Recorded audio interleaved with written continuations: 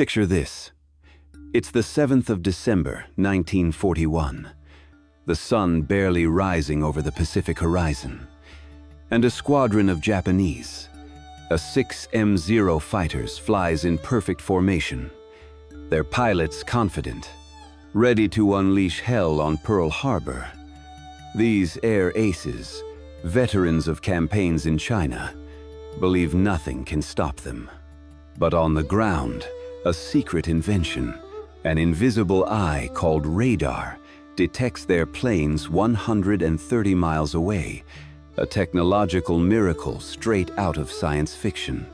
Welcome to Japanese Pilots Were Stunned by America's Secret Radar Technology, an audiobook that will take you to the heart of the Pacific Air War, where the arrogance of the Japanese Empire collided with an innovation that changed history. Prepare for a ride filled with adrenaline, technological betrayal, and the indomitable spirit of those who fought in the skies. At the dawn of World War II, Japan dominated the Pacific skies with an iron fist wrapped in the flag of the rising Sunday. Its pilots, trained with an almost mystical discipline, were masters of the surprise attack, raking in enemy bases from China to Malaysia. In 1941, the Imperial Japanese Navy deployed 400 aircraft to Pearl Harbor, sinking American battleships in a strike that shook the world. These pilots' confidence was unshakable. Their agile and lethal Zeros seemed invincible. But what they didn't know was that the United States had an ace up its sleeve: radar, a technology that saw the invisible and threatened to overthrow their aerial reign. This book unravels how this secret weapon surprised the Japanese, turning their pride into bewilderment. Radar, that technological marvel, was a mystery even to those who operated it. Developed in secret by American and British scientists, it used radio waves to detect aircraft hundreds of miles away, even in darkness or under thick clouds. In 1941, it was like magic. A flickering screen that showed dots moving across the sky, revealing enemies before their engines roared over the horizon. For Japanese pilots, accustomed to attacking like ghosts, this technology was unthinkable. Their ignorance of radar made them confident, but also vulnerable. This audiobook will take you inside the control rooms, where American technicians deciphered signals that would decide the fate of battles, and into the cockpits of the Zeros, where pilots were beginning to suspect that something invisible was watching them. Pearl Harbor was the first indication that radar could change everything, but also that its potential was ignored. Radar stations on Oahu detected the Japanese planes at 7:02 a.m., 50 minutes before the attack, but the inexperienced operators thought they were American B-17 bombers. This irony, a revolutionary technology rendered useless by human error, allowed Japan to deliver a devastating blow, killing 2,403 Americans. But radar was there, waiting for its moment. This book explores that missed opportunity, a moment where history could have turned, and how the lesson of Pearl Harbor spurred the United States to perfect its secret weapon, setting the stage for a radical change in the Pacific. As the war progressed, American radar evolved at breakneck speed, becoming the nemesis of Japanese pilots. In the Battle of Midway in June 1942, radars on the aircraft carriers USS Enterprise and Hornet detected Japanese squadrons at 100 miles, allowing Wildcat fighters to ambush them. In the Solomon Islands, ground-based radars alerted Allied forces with crucial minutes head start, thwarting the surprise attacks that were the hallmark of Japanese air power. From 1941 to 1943, the United States deployed 1,000 radar stations in the Pacific, each a watchful eye eroding the Japanese advantage. This audiobook immerses you in these battles, where technology and human courage teamed up to turn the tide of the war. The impact of radar wasn't just technical, it was psychological. Japanese pilots, trained to attack like invisible lightning bolts, began to notice their missions being intercepted with terrifying accuracy. On Guadalcanal in 1942, Zeros were met by American fighters before reaching their targets, losing 50% of their squadrons in some attacks. The memoirs of pilots like Saburo Sakai reveal their bewilderment. How did the Americans know where and when they would attack? Radar, invisible and relentless, became a phantom haunting the rising sun aces. This book captures their frustration and astonishment, a moment when Japanese confidence crumbled in the face of a technology they couldn't understand. Radar didn't win the war alone, but it was a secret weapon that tipped the balance.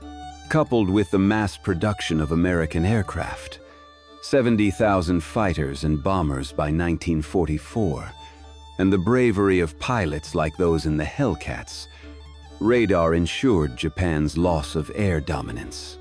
By 1943, 60% of Japanese aircraft in the Pacific were shot down, with losses of veteran pilots who could not be replaced. Technology, combined with Allied determination, transformed the Pacific from a field of Japanese victories to a graveyard of their ambitions. This audiobook celebrates the human ingenuity behind radar, a story of innovation that inspired victories against overwhelming odds. This story is more than a tale of technology. It's a tribute to the men and women who fought on both sides. Japanese pilots, with their bravery and discipline, took the war to unimaginable limits, while American radar technicians and operators, working in the shadows, changed destiny with their flickering screens. Their letters, diaries, and memoirs from the pilots who dreamed of the sky to the engineers who built the future reveal a spirit of sacrifice and resilience. This book invites you to relive those moments, to feel the adrenaline rush of the Zeros and the suspense of the radar rooms, where every beep was a heartbeat of hope. Why does this story matter today? Because radar, born in the urgency of war, transformed the world.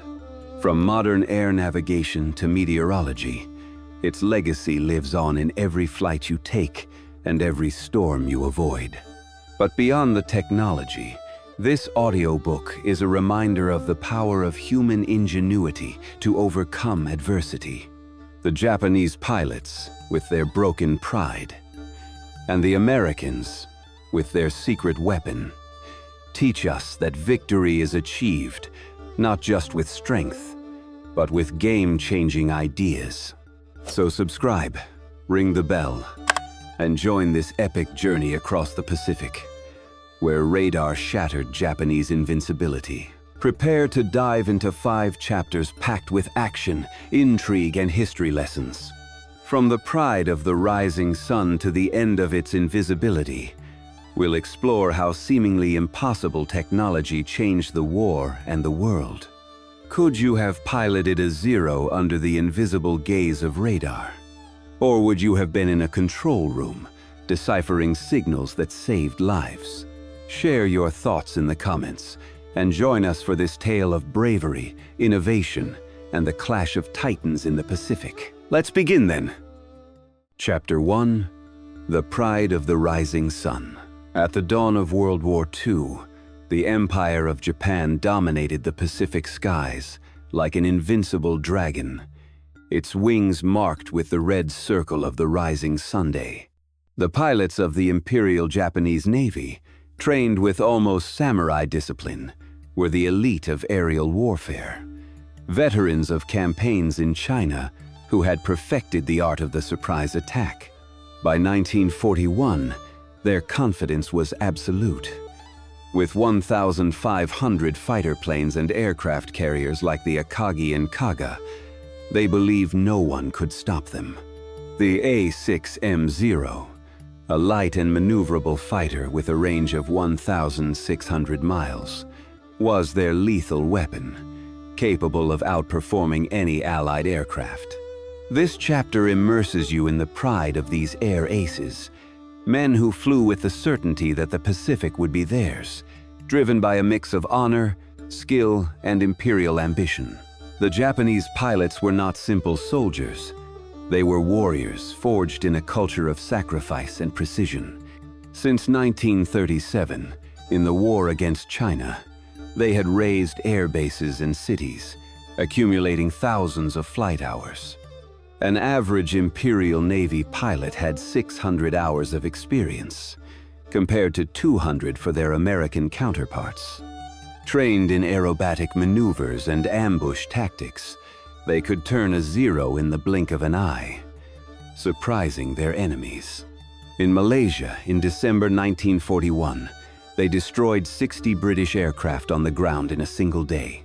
Their diaries, filled with patriotic fervor, reflect an unshakable belief in their superiority. These men, many barely 20 years old, flew with the pride of a nation that saw itself destined to reign. The A6M0 was the heart of their power. Designed by Mitsubishi, this fighter was a marvel. Lightweight, weighing just 2,400 kilos, and capable of reaching 330 miles per hour. Its maneuverability allowed for impossible turns, and its 20mm cannons could destroy enemy aircraft in seconds. By 1941, Zeros outperformed the slower, less agile American P-42s and British Spitfires. At Singapore, Japanese pilots shot down 50 Allied aircraft with only 10 losses. Accounts from pilots like Ace Saburo Sakai describe the Zero as an extension of their bodies, a weapon that made them feel invincible.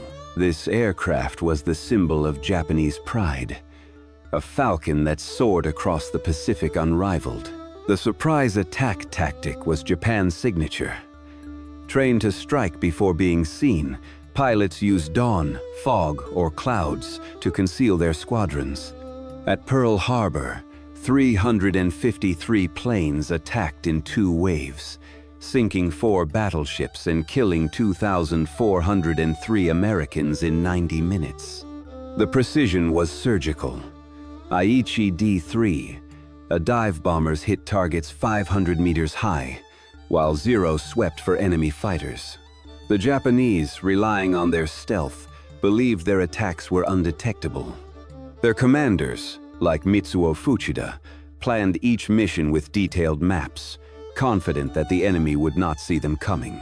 This strategy, perfected in China, was their secret weapon, a lightning bolt that struck without warning. The Imperial Japanese Navy was a formidable war machine. With 10 aircraft carriers and 3,000 trained pilots, it outnumbered the U.S. Pacific Fleet in 1941.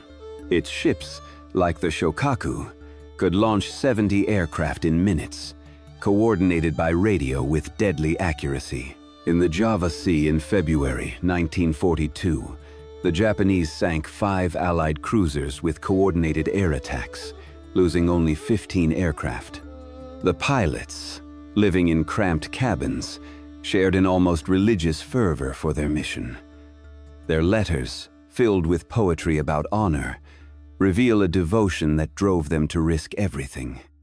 This naval force, backed by a mobilized nation, seemed unstoppable, an aerial tsunami sweeping everything away. Japanese training was brutal but effective. Pilots spent years in naval academies, facing physical and mental tests that weeded out the weak. They learned to fly in extreme conditions, from monsoon storms to moonless nights. At Suiki, a base in Kyushu, cadets practiced maneuvers to the point of exhaustion, with instructors beating them for mistakes.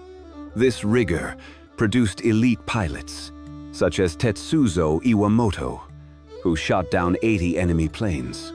By 1941, 70% of Japanese pilots were veterans, compared to 20% of Americans. This training, combined with their fanaticism, made them a force that inspired both fear and admiration. The pilots' morale was a pillar of their success. Imbued with Bushido ideology, they viewed death in combat as a supreme honor. Before each mission, they performed Shinto rituals, offering sake to the gods for victory. On the aircraft carriers, the pilots sang patriotic hymns, their voices echoing over the roar of the ocean. One pilot's diary describes the pride of wearing the rising sun emblem, a symbol of their imperial destiny. This morale, fueled by swift victories in China and Southeast Asia, made them feel invincible, ready to conquer the Pacific with a confidence bordering on arrogance. Japanese technological superiority, though limited, was effective. In addition to the Zero-D3, dive bombers and Nakajima B-5N torpedo bombers were lethal. At Pearl Harbor, B-5N sank the USS Arizona with a single torpedo, killing 1,177 sailors in minutes. These aircraft, designed for precise attacks, complemented the Zero's agility, creating a balanced air force.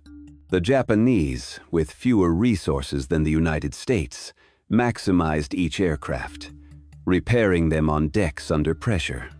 The pilots, aware of their technology, flew with a pride that led them to defy the odds, confident that their prowess would overcome any obstacle.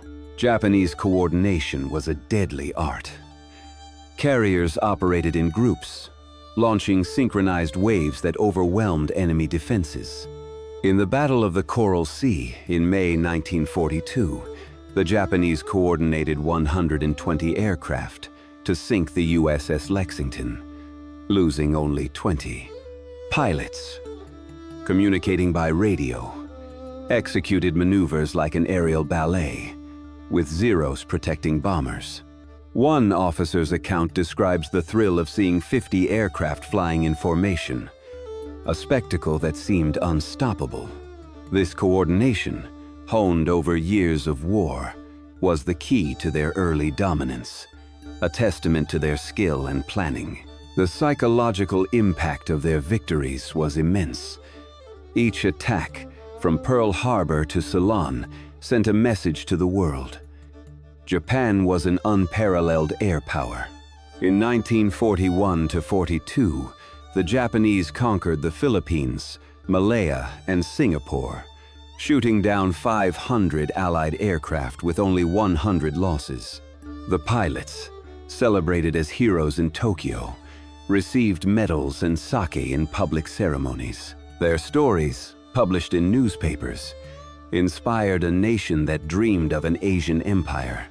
But this pride, though inspiring, concealed a vulnerability, a reliance on surprise, and an unpreparedness for an enemy with a secret weapon.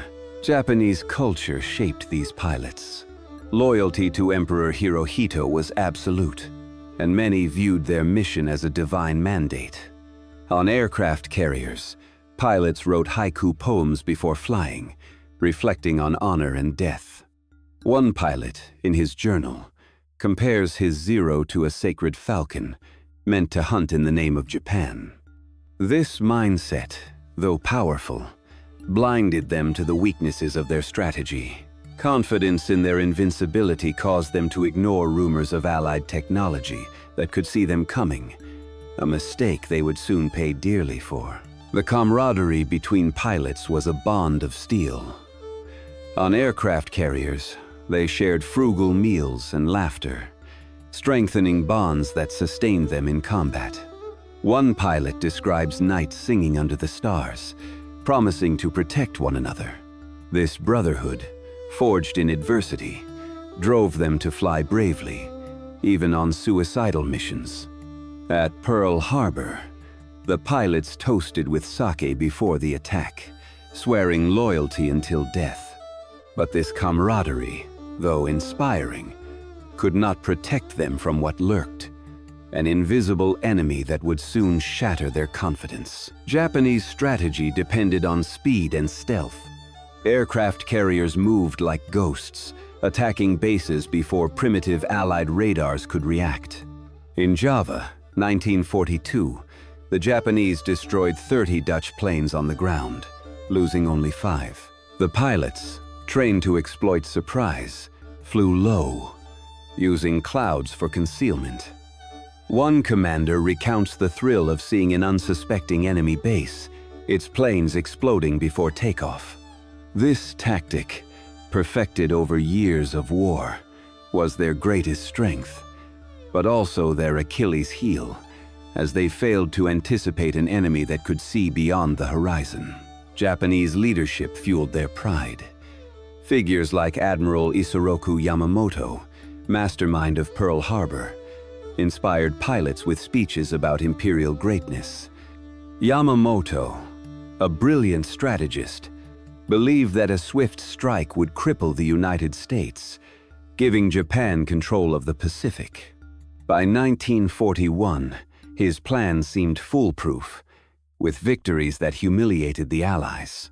Pilots, venerating leaders like him, flew with a fervor that made them feel invincible.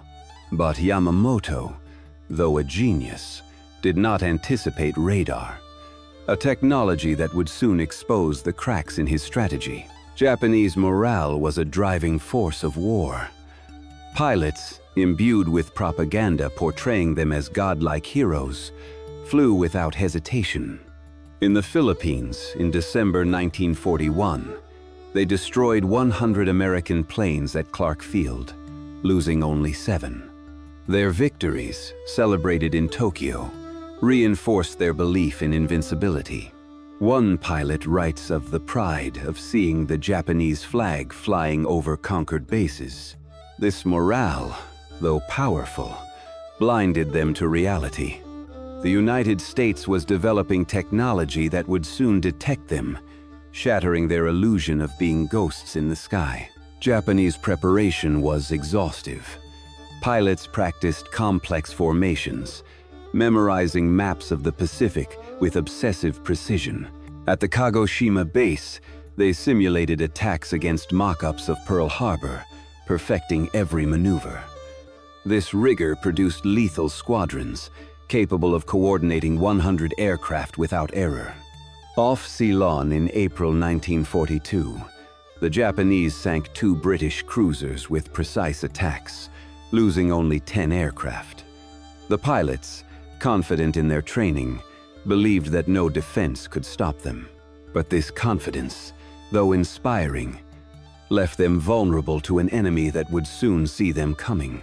The impact of their initial victories resonated globally. In 1941 to 42, Japan conquered an empire stretching from Burma to the Solomon Islands, with its pilots as the spearhead. On Wake Island, they destroyed 12 American fighters without loss. These victories, amplified by propaganda, made Japan seem unstoppable. The pilots, celebrated as warrior gods, flew with a pride that inspired a nation, but each victory made them more blind to the threat of radar, a weapon that would soon change the game. The pilots' youth was both their strength and their tragedy. Averaging 22 years old, they combined audacity with inexperience. On the aircraft carriers, they wrote letters to their families, promising to return as heroes. One pilot describes his excitement upon takeoff, feeling that the sky belonged to him. This youth, full of passion, drove them to incredible feats, but also caused them to underestimate the enemy. Allied technology, still in its infancy, was about to challenge their pride, turning their confidence into bewilderment. The legacy of these pilots is their courage. In 1941, they dominated the Pacific with a prowess that astonished the world, inspiring both awe and admiration. Their Zeros, dancing across the sky, were a spectacle of power and precision, but their pride, though glorious, blinded them to radar, an invisible force that would soon humble them. This chapter honors their courage, while setting the stage for their encounter with a technology that would shatter their invincibility. A reminder that even the greatest warriors can fall to innovation. Chapter 2. The Mysterious Invisible Eye. In 1941, as Japanese A6M0 fighters streaked across the Pacific skies, a secret technology was about to change warfare forever. Radar, an invisible eye that saw where humans couldn't. This invention, seemingly straight out of a science fiction novel, used radio waves to detect planes and ships hundreds of miles away, even in darkness or stormy weather. For Japanese pilots, confident in their stealth, radar was an unthinkable mystery, a weapon watching them from nowhere. In this chapter, we explore how this technological marvel worked, who created it, and why it left the Rising Sun aces speechless.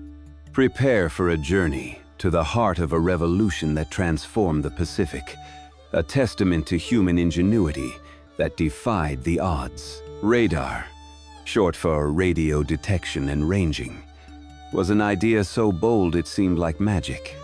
It worked by sending pulses of radio waves that bounced off objects, like airplanes, and returned to an antenna, revealing their position on a screen. By 1941, American radars, like the SCR-270, could detect aircraft 150 miles away, displaying green dots moving in real time. These devices, packed with vacuum tubes and wires, were operated by technicians trained to decipher patterns on flickering screens. For the Japanese, who relied on attacking under the cover of night or clouds, this eye was an invisible threat. Radar didn't just see, it predicted, giving the Allies crucial minutes to prepare. The story of radar began in the 1930 seconds, when British and American scientists, fearing war, searched for ways to detect enemy aircraft. In 1935, Robert Watson Watt demonstrated that radio waves could locate aircraft, an advance quickly adopted by the United States. By 1940, MIT developed compact radars for ships and land bases, capable of detecting targets 100 miles away. These devices, though primitive, were a quantum leap, with rotating antennas that scanned the sky like invisible lighthouses. The scientists' diaries show their excitement. They were creating a weapon that could save lives. This chapter celebrates their genius, an effort that turned a theory into a weapon that changed warfare. Radar was more than technology. It was a paradigm shift. Before its invention, militaries relied on lookouts with binoculars, limited by weather and darkness. In the Pacific, where distances were vast and storms frequent, radar offered an unprecedented advantage. By 1941, the United States had 50 radar stations in Hawaii and Panama, each monitoring a 120-mile radius. Operators, trained for weeks, learned to distinguish between friendly and enemy aircraft, an art that saved aircraft carriers and bases. For Japanese pilots, accustomed to being ghosts, this invisible eye was a shock, an enemy they could not combat. The simplicity of radar was its strength. Unlike the complex Zero aircraft, a radar like the SCR-271 used basic components: a transmitter, an antenna, and a cathode ray display.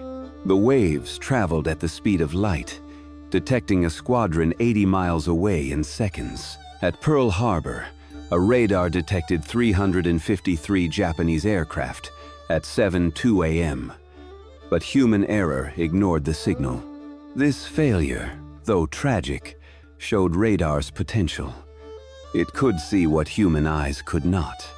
Operators' accounts describe the adrenaline rush of seeing dots on the screen, knowing that each one was a real threat. The radar was a silent guardian, ready to change the game. The impact of radar on the air war was revolutionary. It allowed the Allies to prepare defenses before Zeros appeared on the horizon. In 1942, American aircraft carriers, equipped with CXAM radars, could detect aircraft at 70 miles, giving them time to launch Wildcat fighters. In the Battle of the Coral Sea, radar allowed the USS Lexington to repel a Japanese attack, shooting down 20 aircraft. The Japanese, confident in their stealth, did not understand how the Americans anticipated their movements. The memoirs of pilots like Mitsuo Fuchida reveal their frustration. Something invisible was betraying them. This chapter captures that moment of bewilderment, when technology challenged Japanese pride. Radar construction was a titanic effort. In 1941, the United States invested $100 million in MIT's radiation laboratory, where 4,000 scientists worked day and night.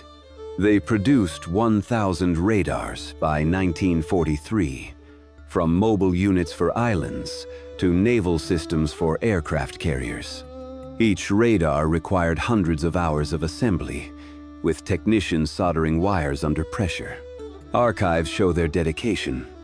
One engineer worked 72 hours straight to repair a radar before Midway. This effort, though invisible to Japanese pilots, was at the heart of the Allied advantage, a testament to collaboration that overcame adversity.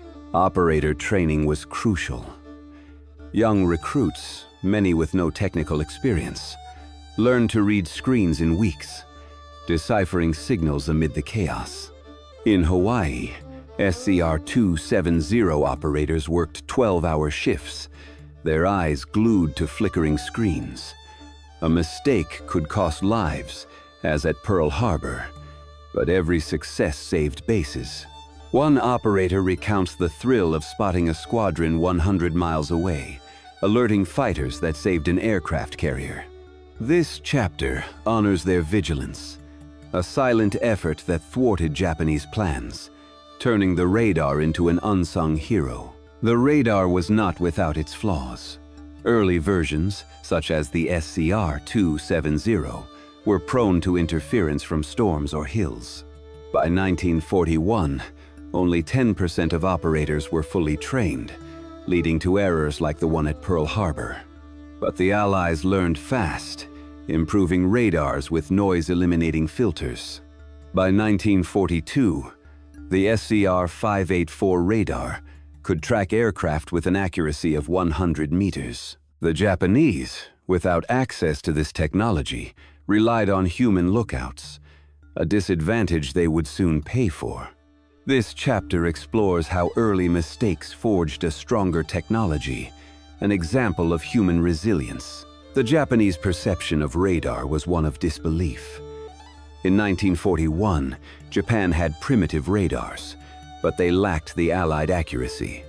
Pilots, trained to attack unseen, couldn't conceive of a device that could detect them from miles away. In one account, a Japanese pilot describes his confusion upon being intercepted in the dark, unable to understand how the Americans had found him. This ignorance, combined with their confidence, made them vulnerable. Radar, invisible and silent, was an enemy they could not combat, a specter eroding their air dominance. Radar also transformed Allied strategy. Previously, defenses relied on air patrols that drained fuel and pilots. With radar, fighters could wait on the ground, taking off only when a threat was detected. At Midway in 1942, radar allowed Wildcats to ambush the Japanese, shooting down 30 planes in minutes. This efficiency saved resources and lives, giving the Allies a tactical advantage. The operators, working in darkened rooms, were the new sentinels, their screens guiding the war. This chapter celebrates their role, a bridge between science and victory. The mass production of radar was a logistical miracle. In 1942, the United States manufactured 500 mobile radars, sending them to remote islands like Guadalcanal. Each unit required 10-meter antennas and generators that operated in humid jungles. Technicians, often under bombardment, installed these systems in hours.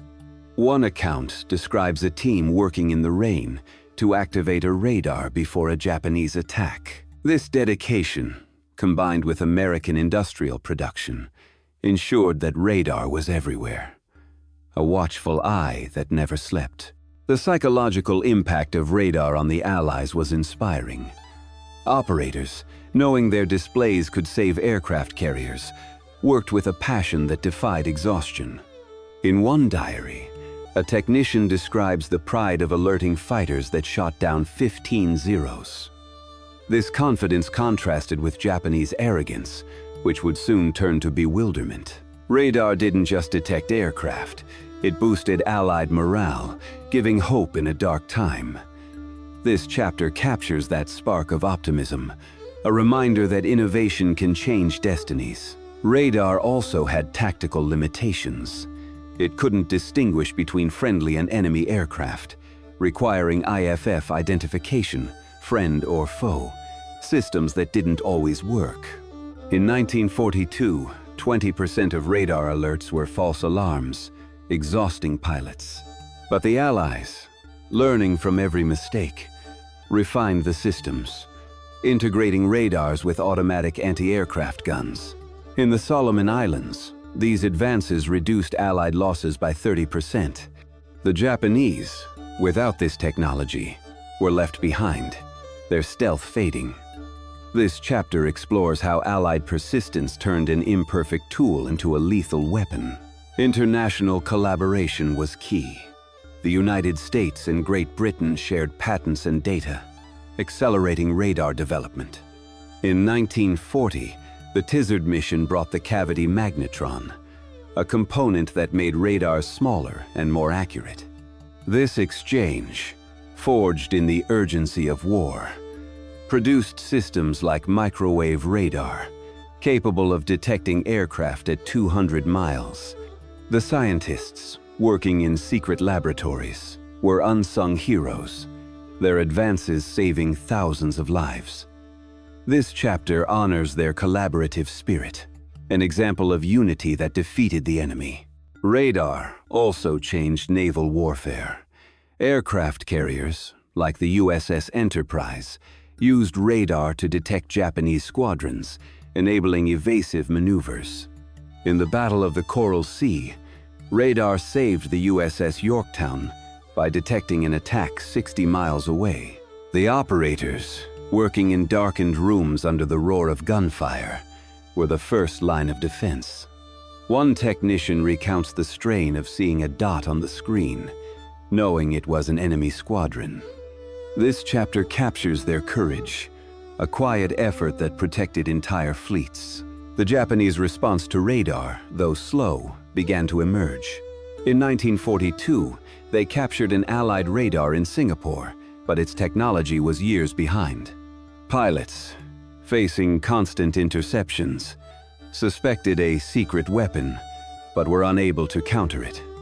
A 1,943 Japanese report admitted the superiority of Allied radar, a blow to their pride. This technological disadvantage, combined with mounting losses, eroded their confidence. This chapter explores that moment of realization, when the Japanese understood their invisibility was lost. Radar was a symbol of hope. For the Allies, it represented the power of science to overcome adversity. In 1942, operators on Guadalcanal worked under bombardment, their radars detecting Zeros that saved bases. One operator describes the pride of seeing Allied fighters take off after his alert. This technology, though imperfect, inspired those who used it, a beacon in the darkness of war. This chapter celebrates that spark, a reminder that human ingenuity can change history. The legacy of radar transcends the Pacific. Its development laid the foundation for modern aviation, meteorology, and satellite navigation. By 1945, The United States had 5,000 operational radars, a testament to its impact. For Japanese pilots, radar was a surprise that shattered their pride. But for the Allies, it was a victory of intellect. This chapter honors the scientists, technicians, and operators who made this miracle possible, an effort that inspired generations. Chapter 3: Pearl Harbor and the Lost Opportunity. On the 7th of December 1941, the dawn on Oahu was calm. But 130 miles away, 353 Japanese planes roared toward Pearl Harbor, ready to unleash an attack that would change the world. As the Rising Sun pilots, confident in their stealth, planned a surprise strike, an American SCR-270 radar detected their arrival at 7:02 a.m., 50 minutes before the first bombs. This unseen eye, capable of seeing aircraft 150 miles away, was the key to thwarting the attack. But human error turned it into a missed opportunity. This chapter takes you to the heart of that fateful day, where the world's most advanced technology was ignored, allowing Japan to deliver a devastating blow. Prepare for a story of hubris, confusion, and lessons that forged the future of the war in the Pacific. At 6:15 a.m., the SCR-270 radar at Opana Point, Hawaii, was in the hands of two young operators, Joseph Lockard and George Elliott. These soldiers, trained just weeks earlier, watched a screen showing a group of dots moving toward Oahu, the largest echo ever recorded. The dots, representing 50 Japanese aircraft from the first wave, were 136 miles away, but the inexperienced operators assumed they were American B-17 bombers expected from California. Their report to the command center was dismissed with a "Don't worry." This decision, made in seconds, allowed the Japanese to attack unopposed.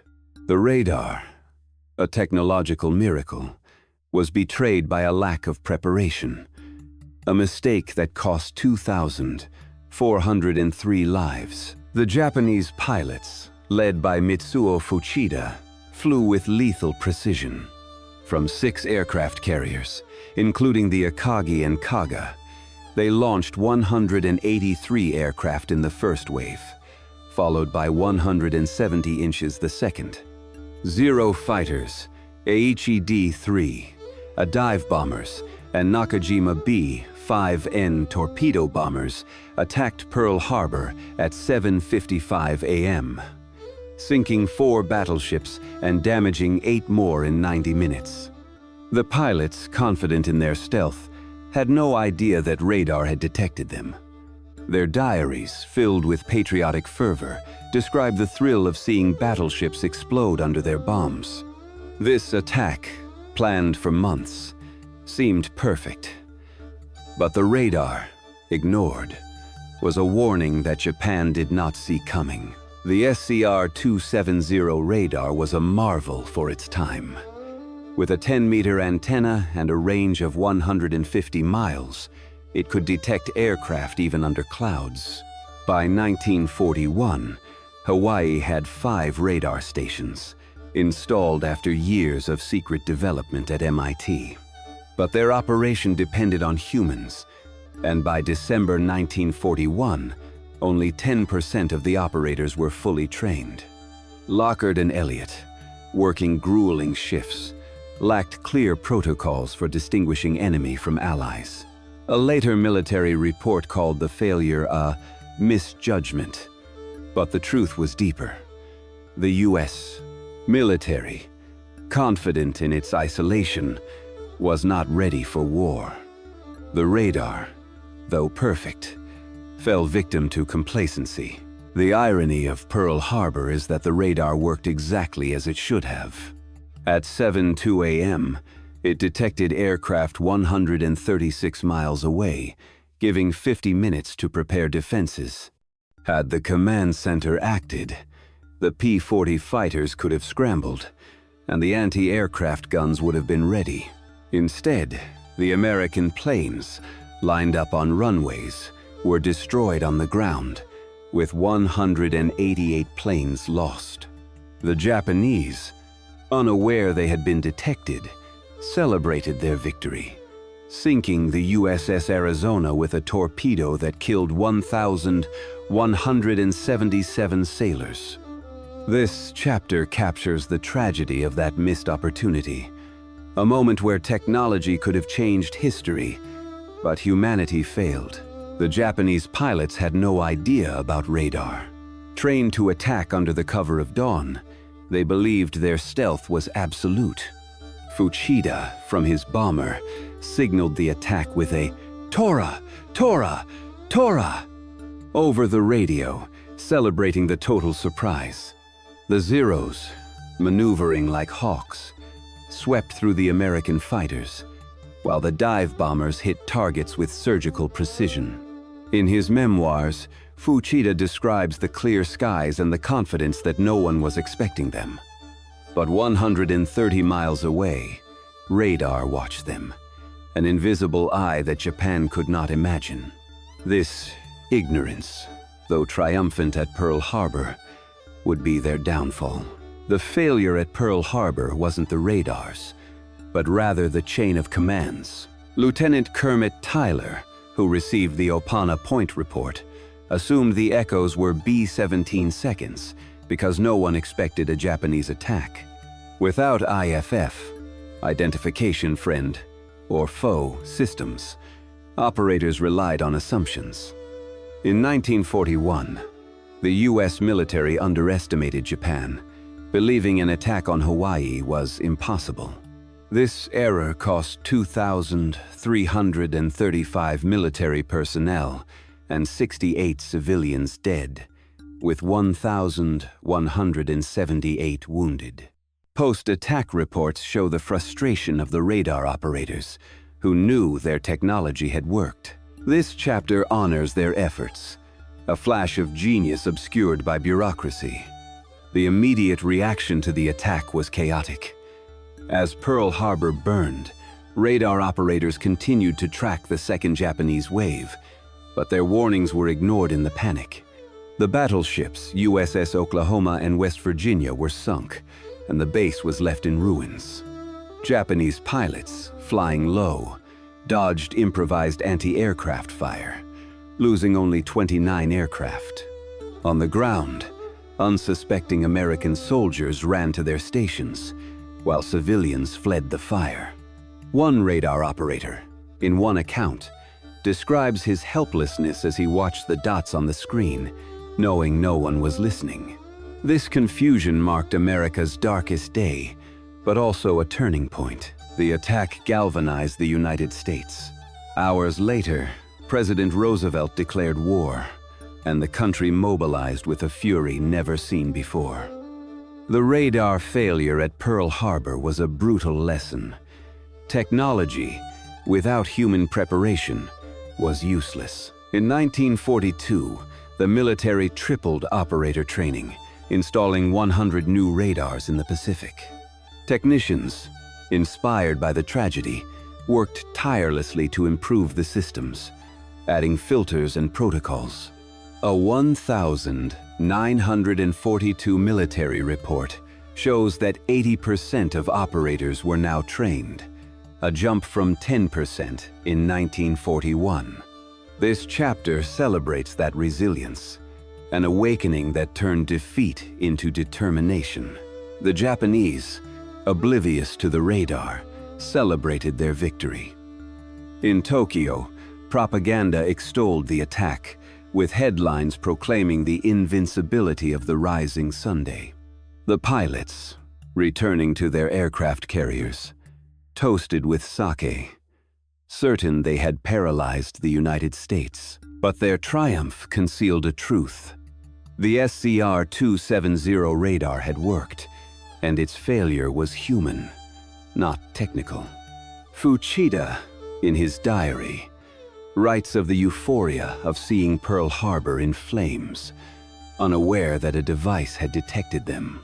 This arrogance, though inspiring for Japan, blinded them to the threat that would soon overtake them. The radar, though ignored, showed potential. In the following weeks, the Opana Point operators were debriefed, and their data confirmed that the SCR-270 had accurately detected the Japanese aircraft. This realization, though bitter, inspired MIT scientists to accelerate the development of more advanced radars, such as the SCR-584, with a range of 200 miles. Technicians, working in secret laboratories, knew that every improvement could save lives. One engineer recounts his pride upon seeing an operational radar days after Pearl Harbor. This chapter captures that spark of hope, a moment where tragedy ignited innovation. Japanese preparation for Pearl Harbor was impeccable. For months, pilots practiced on mock-ups of the base, memorizing each battleship. The aircraft carriers, sailing in secret, avoided trade routes to maintain stealth. The Zeros, flying at 3,000 meters, used dawn to cloak, a tactic that made them invisible to lookouts. One pilot describes the thrill of seeing Oahu appear, confident that no one was expecting them. But the radar, silent at Opana Point, saw them coming, a reminder that even the best-laid plan can be thwarted by unknown technology. The psychological impact of the attack was devastating for the Allies. In Hawaii, soldiers, watching their ships sink, felt a mixture of fury and hopelessness. But radar, though ignored, planted a seed of hope. Operators, aware of its detection, advocated for more training, knowing they could prevent another disaster. One account describes Lockhart insisting that radar was the key to victory. This determination, born of defeat, transformed the American military, turning the operators into unsung heroes who would turn the tide of the war. The lack of IFF systems was a critical flaw. Without them, operators could not distinguish between friendly and enemy aircraft, a problem that persisted until 1942. At Pearl Harbor, confusion over B-17 seconds allowed the Japanese to attack unopposed. But this error spurred improvements. By 1943, 70% of Allied radars had IFF, reducing false alarms. Technicians, working under pressure, integrated these innovations within months. One engineer describes the relief of seeing an IFF working, saving an aircraft carrier. This chapter honors his effort, an example of how failure can forge success. The Japanese superiority at Pearl Harbor was short-lived. Although they destroyed 188 aircraft and sank 4 battleships, they spared the American aircraft carriers, which were offshore. Radar, though ignored, proved capable of detecting attacks at great distances, a lesson the Allies would not forget. In 1942, the aircraft carriers USS Enterprise and Hornet would use radar to ambush the Japanese at Midway. The Japanese pilots, celebrating their victory, had no idea that the invisible eye was already watching them. This chapter captures that irony, a moment where Japanese pride collided with a future they could not foresee. Operator training was insufficient.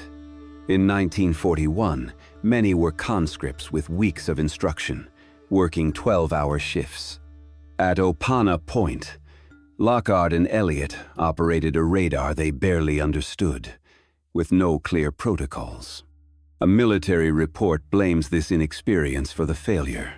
But the operators, far from giving up, demanded more resources, inspiring change.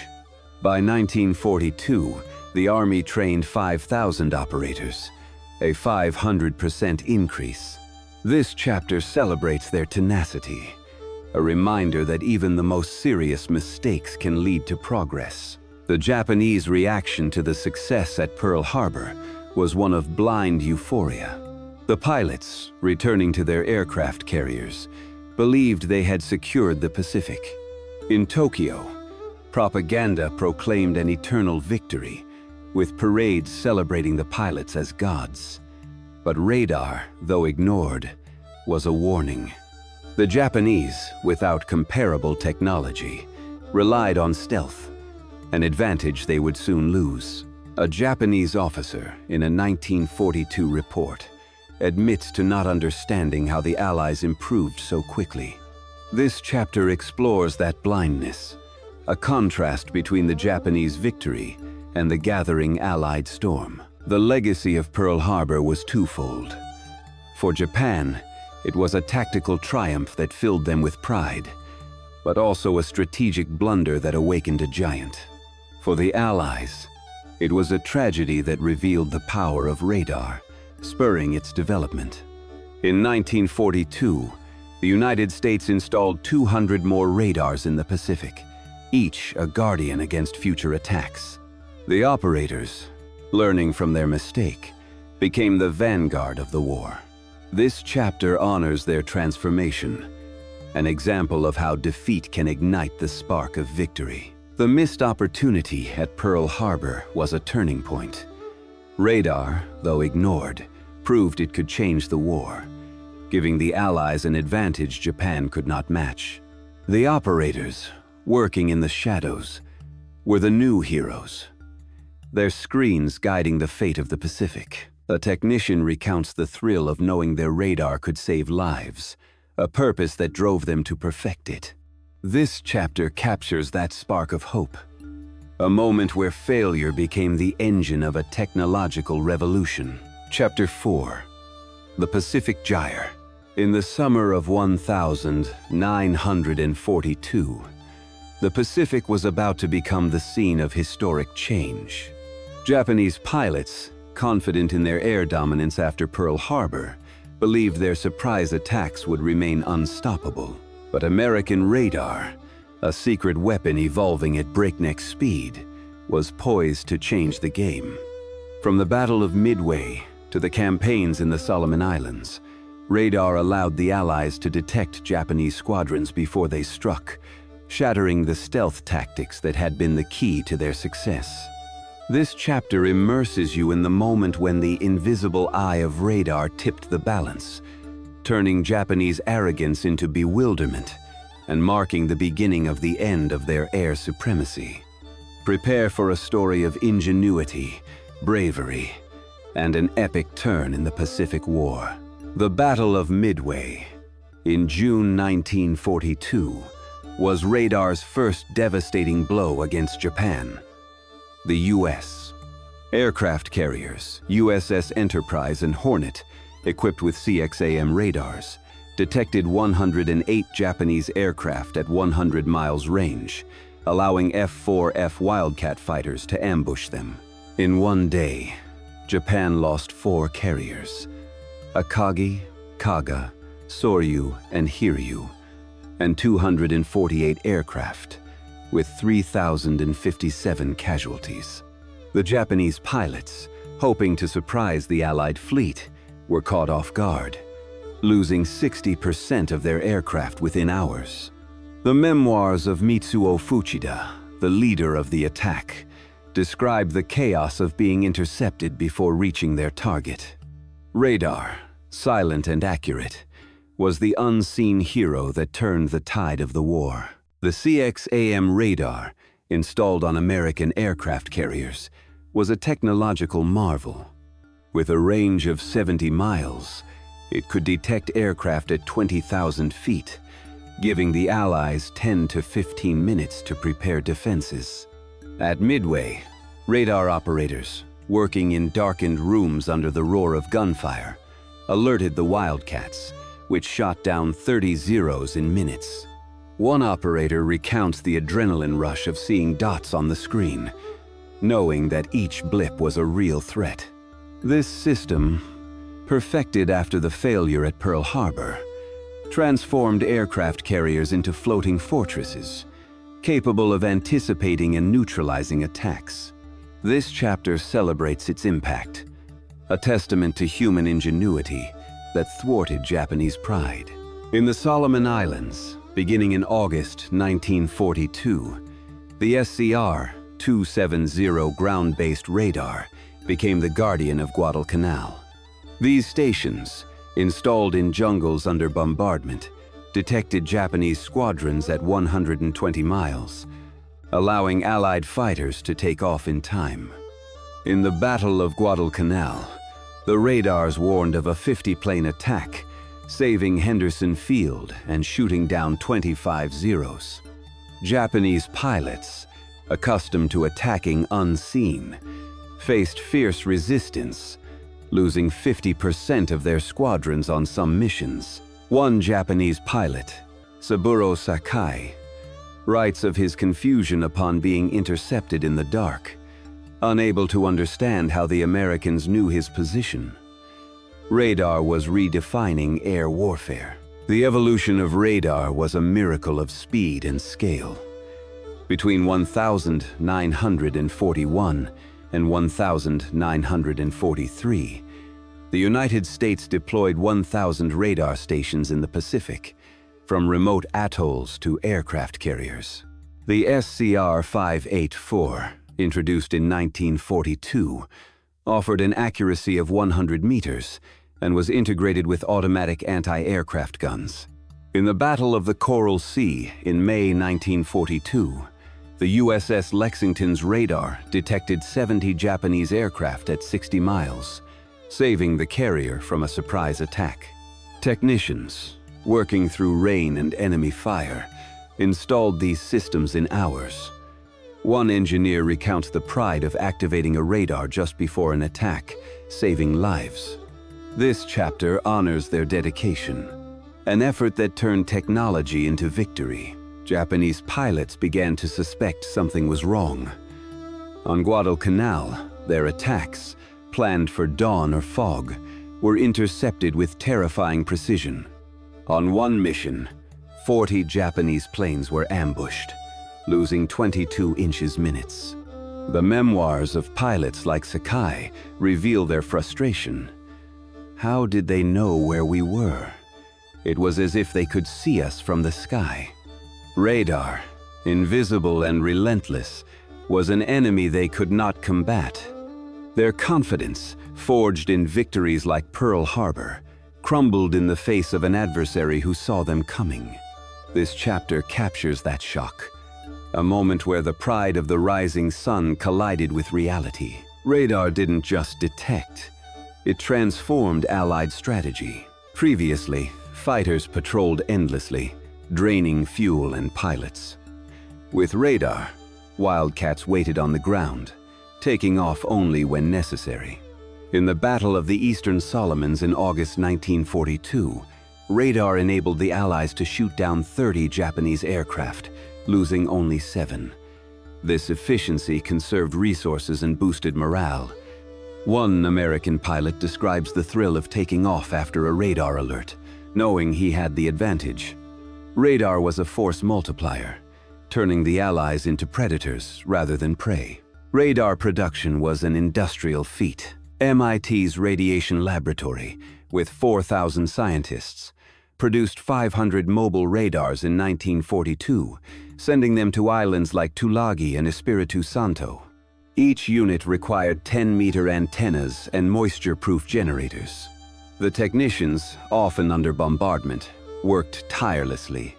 One account describes a team setting up a radar on Guadalcanal under enemy fire, activating it just in time to detect an attack.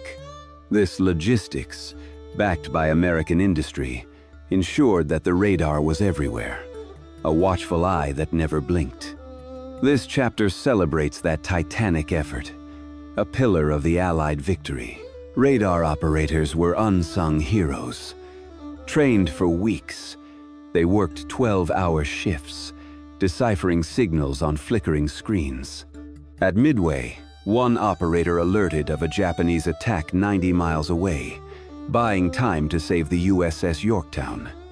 His precision saved aircraft carriers and bases, turning battles around. One operator recounts the tension of watching a dot on the screen, knowing it was an enemy squadron. These young men, many barely 20 years old, were the first line of defense, their screens guiding the fate of the Pacific. This chapter honors their vigilance, a silent effort that thwarted Japanese plans. The psychological impact of radar on the Japanese was profound. Their tactics, based on surprise, became obsolete. In the Battle of Santa Cruz in October 1942, Allied radars detected 80 Japanese aircraft, allowing the Hellcats to shoot down 20. Japanese pilots, facing mounting losses, began to fear night missions, suspecting a secret weapon. One Japanese officer writes, "Our attacks are no longer invisible. Something is betraying us." This uncertainty eroded their morale, transforming their pride into doubt. Radar, though invisible, was a specter that haunted the rising sun aces. Allied technological superiority was growing. While Japan produced 4,000 aircraft in 1942, the United States manufactured 12,000, backed by advanced radars. On Guadalcanal, SCR-270 radars, combined with anti-aircraft guns, reduced Allied losses by 40%. The Japanese, with primitive 20-mile range radars, could not compete. A captured Japanese report in 1943 admits enemy detection is too accurate. This technological disadvantage, combined with the loss of 1,000 veteran pilots in 1942, marked the Japanese decline. This chapter explores how radar exposed their weaknesses, a blow to the heart of their strategy. The Battle of Midway was a turning point. CXAM radars, detecting aircraft at 100 miles, allowed the Allies to sink 4 Japanese aircraft carriers, losing only 1. This victory, with 110 American aircraft shooting down 248 Japanese aircraft, shattered the myth of Japanese invincibility. Pilots, like John Thech, describe the thrill of ambushing Zeros thanks to radar. This technologically driven triumph galvanized the Allies, giving hope in the aftermath of Pearl Harbor. This chapter captures that moment, a testament to how radar transformed defeat into victory. In the Solomon Islands, radar consolidated the Allied advantage. At the Battle of Vella La Vella in October 1943, radar detected 50 Japanese aircraft, allowing the Corsairs to shoot down 18. The Japanese, losing 30% of their squadrons, were unable to replace veteran pilots. A Japanese pilot, wounded on Guadalcanal, writes of the fear of being detected before attacking. Radar, combined with the mass production of Allied aircraft, turned the Pacific into a graveyard of Japanese ambitions. This chapter honors the technology that changed the game, a beacon of hope in the jungle. Allied morale soared with radar. Pilots, knowing they could anticipate attacks, flew with confidence. In the Battle of the Philippine Sea in June 1944, radar detected 400 Japanese aircraft, allowing the Hellcats to shoot down 300 inches the Marianas Turkey shoot. An American pilot recounts the euphoria of knowing radar was protecting them. This confidence, contrasting with Japanese bewilderment, marked a psychological shift. Radar didn't just detect, it inspired, giving the Allies certainty of victory. The Japanese tried to adapt, but it was too late. In 1943, they developed radars with a 30-mile range, but they lacked the Allied accuracy. They captured an SCR-270 radar in Singapore, but could not replicate it. A 1,944 Japanese report admits, "Our technology is years behind." This gap, combined with losses of 2,000 aircraft in 1943, eroded their air power. Pilots, facing constant interceptions, flew fearfully. This chapter captures their struggle, a contrast between their bravery and the Allied technological superiority. Radar also improved air defense. On Guadalcanal, SCR-584, radar's guided 90mm guns, shooting down 15 Japanese aircraft in one night. This precision, impossible without radar, saved key bases. One gunner describes the relief of firing with accurate data, knowing the radar was their guide. This integration, perfected in 1943, reduced Allied losses by 50%. The radar, working in concert with pilots and gunners, was a symphony of technology and courage, a pillar of victory. Radar logistics were a triumph. In 1943, the United States shipped 300 radars to remote islands, each installed in days under brutal conditions. Technicians, braving malaria and bombing, ensured each antenna worked. One account describes a team working 48 hours to activate a radar on Tulagi, saving a base. This dedication, backed by American industry, ensured the radar was everywhere, a tireless guardian. This chapter honors their sacrifice, an effort that changed the Pacific. The impact of radar transcended battles. In 1943, the Allies installed 2,000 radars, from atolls to aircraft carriers, creating a network that covered the Pacific. This infrastructure, combined with 20,000 Allied aircraft, overwhelmed Japan. Japanese pilots, losing 3,000 planes in 1943, were no match for the Japanese. One Japanese officer writes, "Our skies are no longer ours." Radar, though invisible, was the architect of their defeat, a testament to the power of innovation. The bravery of the radar operators was inspiring.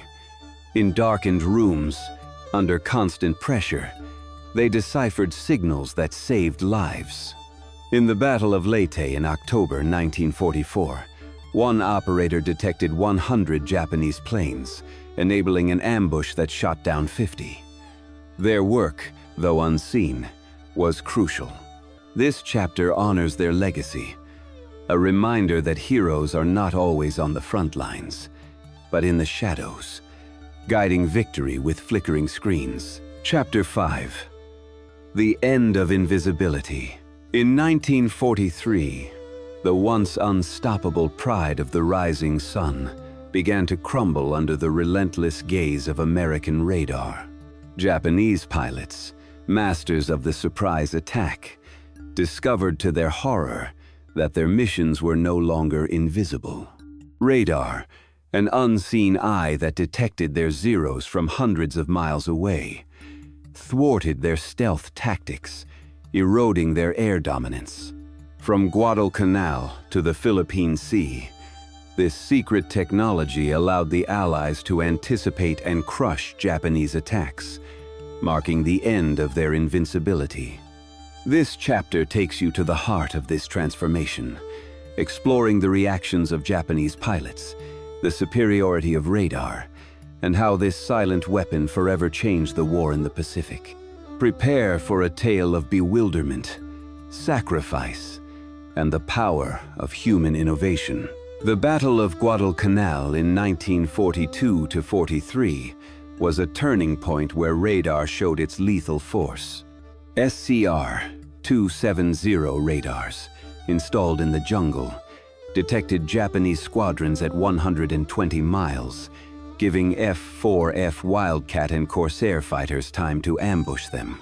On one-night mission, 40 Zeros were intercepted, losing 22 aircraft in minutes. Japanese pilots, like Saburo Sakai, write in their memoirs about the panic of being met by anti-aircraft fire before seeing the enemy. "It was as if they knew exactly where we were," Sakai recounts. The radar, invisible and relentless, turned their surprise attacks into death traps, marking the beginning of their decline. The Japanese pilots, trained to attack like ghosts, faced an enemy they could not understand. In the Battle of Santa Cruz in October 1942, the USS Enterprise's radar detected 80 Japanese aircraft at 70 miles, allowing the Hellcats to shoot down 20. The Japanese, hoping to surprise the Allied fleet, lost 30% of their squadron. One Japanese pilot describes the frustration of being intercepted in the dark. Something was seeing us, but we didn't know what. This uncertainty, fueled by radar, eroded their confidence, transforming their pride into doubt. Radar didn't just detect, it dismantled the essence of their strategy, leaving the pilots vulnerable. The SCR-584 radar, introduced in 1943, took Allied precision to new levels. With a range of 200 miles and an accuracy of 100 meters, it guided automatic anti-aircraft guns, shooting down planes before they reached their targets.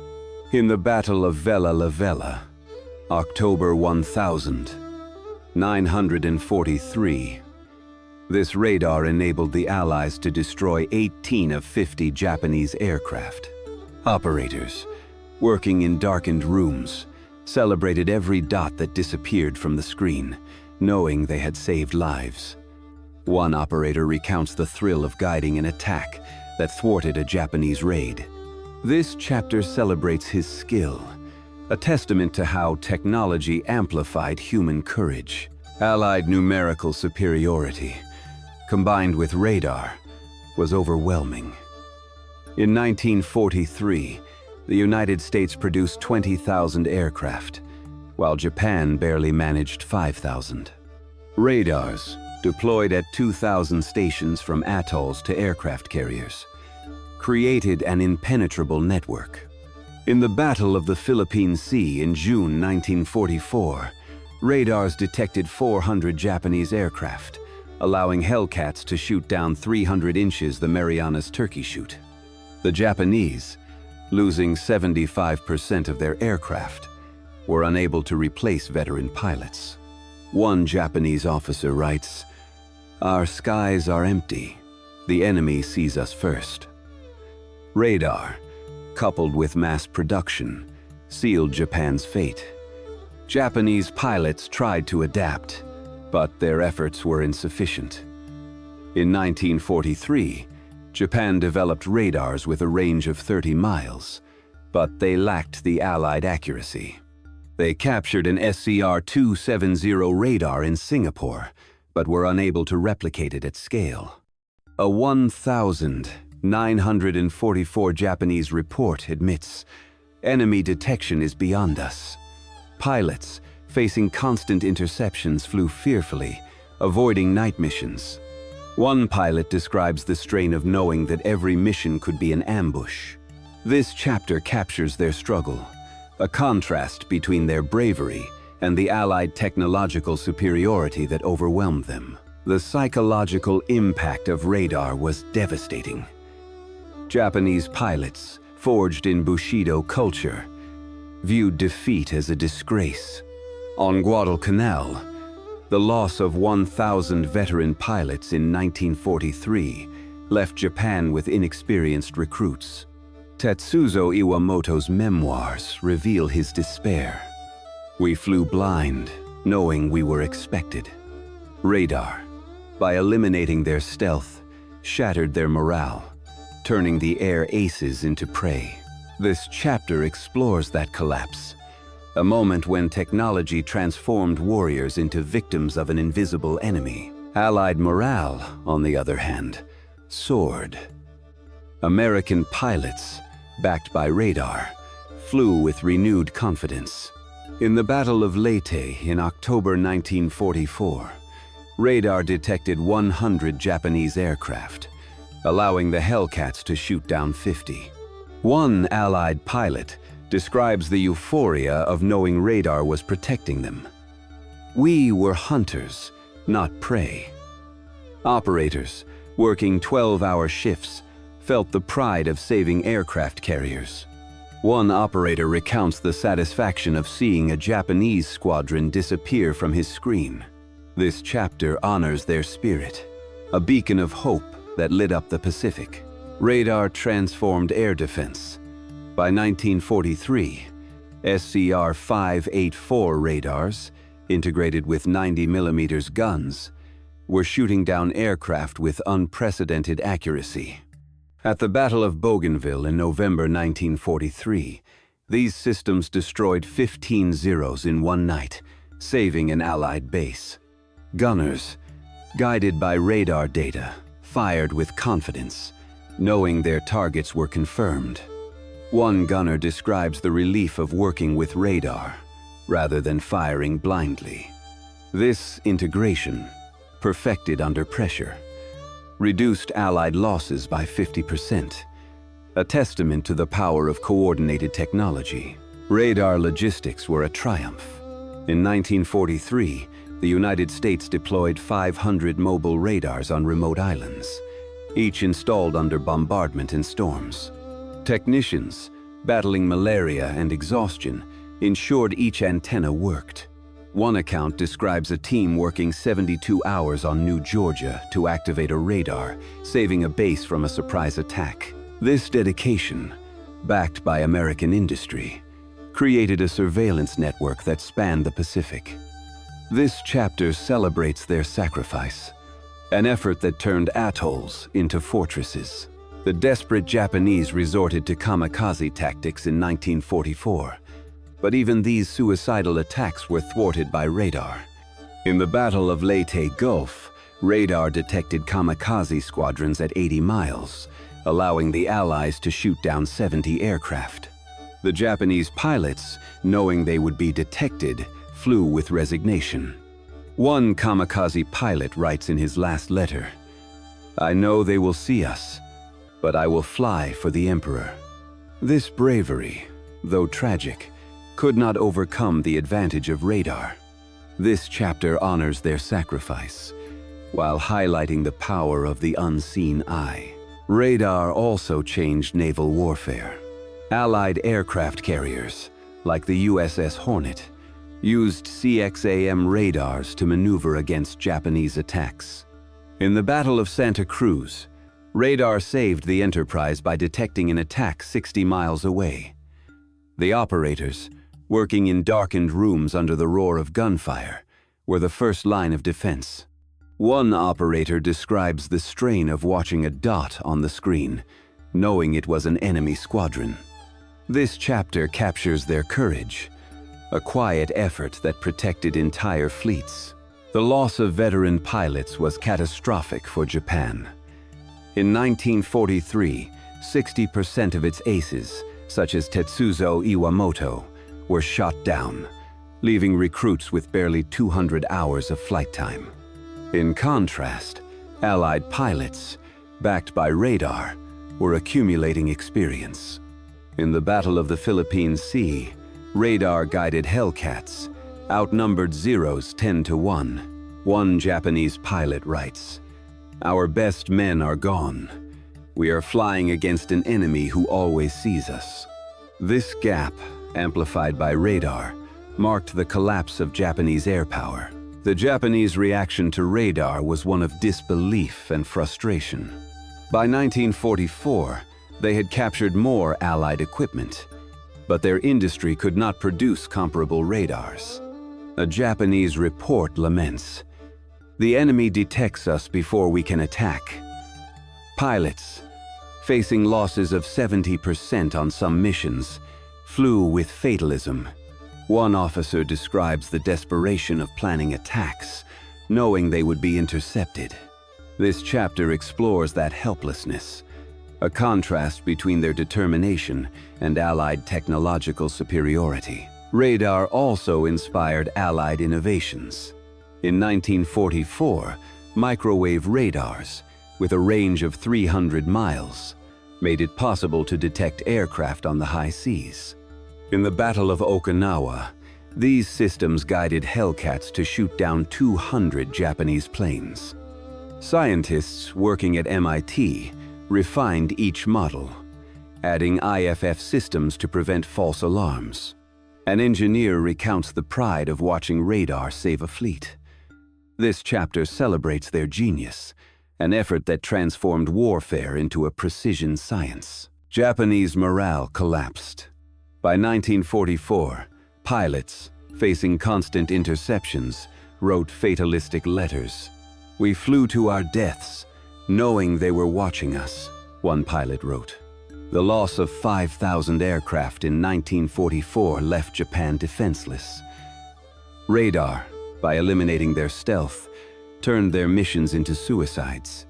This chapter captures their tragedy, a reminder of how technology can break even the bravest warriors. The legacy of radar was monumental. By 1945, the United States had 5,000 operational radars, covering every corner of the Pacific. This network, combined with 70,000 Allied aircraft, crushed Japan, which lost 10,000 planes in the war. Radar, born of urgency, laid the groundwork for modern aviation. This chapter honors its impact, a testament to the power of innovation to change history. Radar operators were the unsung heroes. In darkened rooms, they guided fighters and guns, saving thousands of lives. In the Battle of Iwo Jima, one operator detected 50 Japanese planes, enabling an ambush that saved a base. Their work, though unseen, was crucial. This chapter celebrates their legacy, a reminder that heroes are in the shadows, guiding victory with flickering screens. Japanese bravery, though admirable, could not overcome radar. The pilots, facing an enemy that always saw them, fought with a courage that inspired respect. But radar, relentless, spelled their end. This chapter honors their sacrifice, while celebrating the technology that ensured the Allied victory, a moment where human ingenuity triumphed over pride. World War II in the Pacific was a clash of titans, where the pride of the rising sun faced the silent ingenuity of American radar. From the devastating attack on Pearl Harbor to the Battle of the Philippine Sea, Japanese pilots, masters of the surprise attack, believed their Zeros were unstoppable. But radar, an invisible eye that detected their movements from hundreds of miles away, destroyed their stealth advantage, tipping the balance in favor of the Allies. This audiobook explores how this technology, from its ignored beginnings to its mastery in 1944, transformed air warfare, leaving Japanese pilots stunned and marking the decline of imperial air power. Their stories, drawn from diaries and memoirs, are a testament to bravery and tragedy, a reminder of the human cost of war and the power of innovation. Radar, initially a mystery even to those who operated it, became the architect of the Allied victory. At Pearl Harbor, its potential was ignored, allowing Japan to deliver a brutal blow with 2,403 American casualties. But from that tragedy, a revolution was born. In 1942, the Battle of Midway saw radar save aircraft carriers, shooting down 248 Japanese aircraft. By 1944, with 5,000 radars deployed, the Allies were detecting every Japanese move, from Guadalcanal to Okinawa.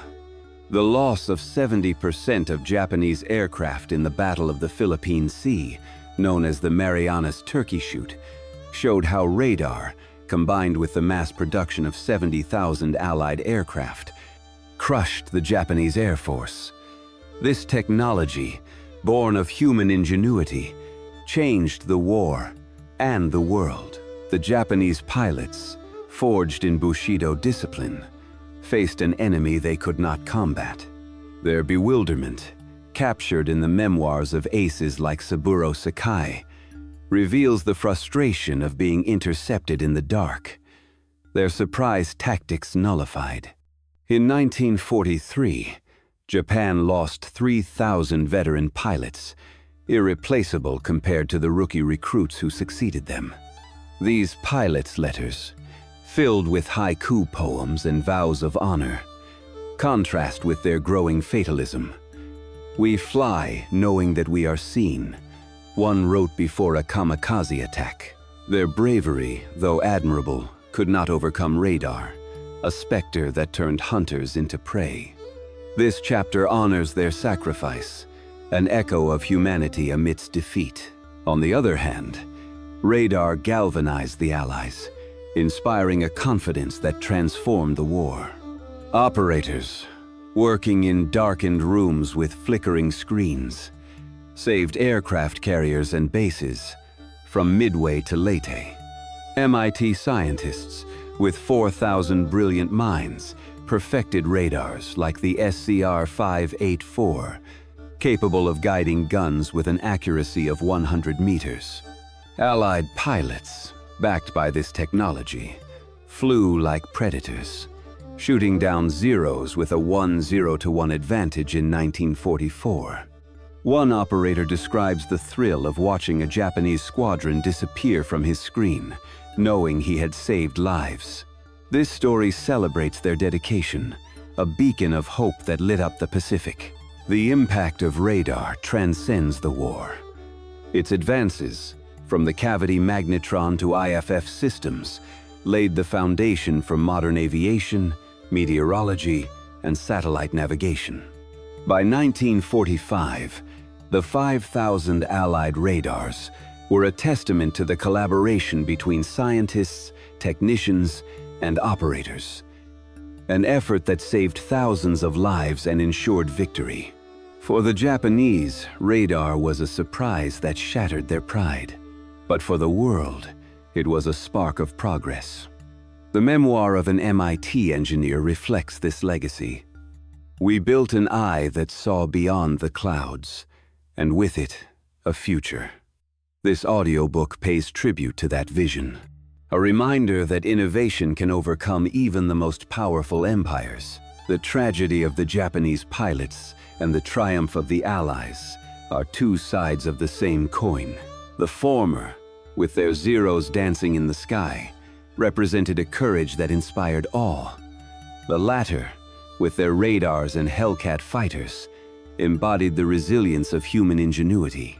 In 1944, Japan lost 10,000 aircraft, while the Allies dominated with a fleet exceeding 70,000.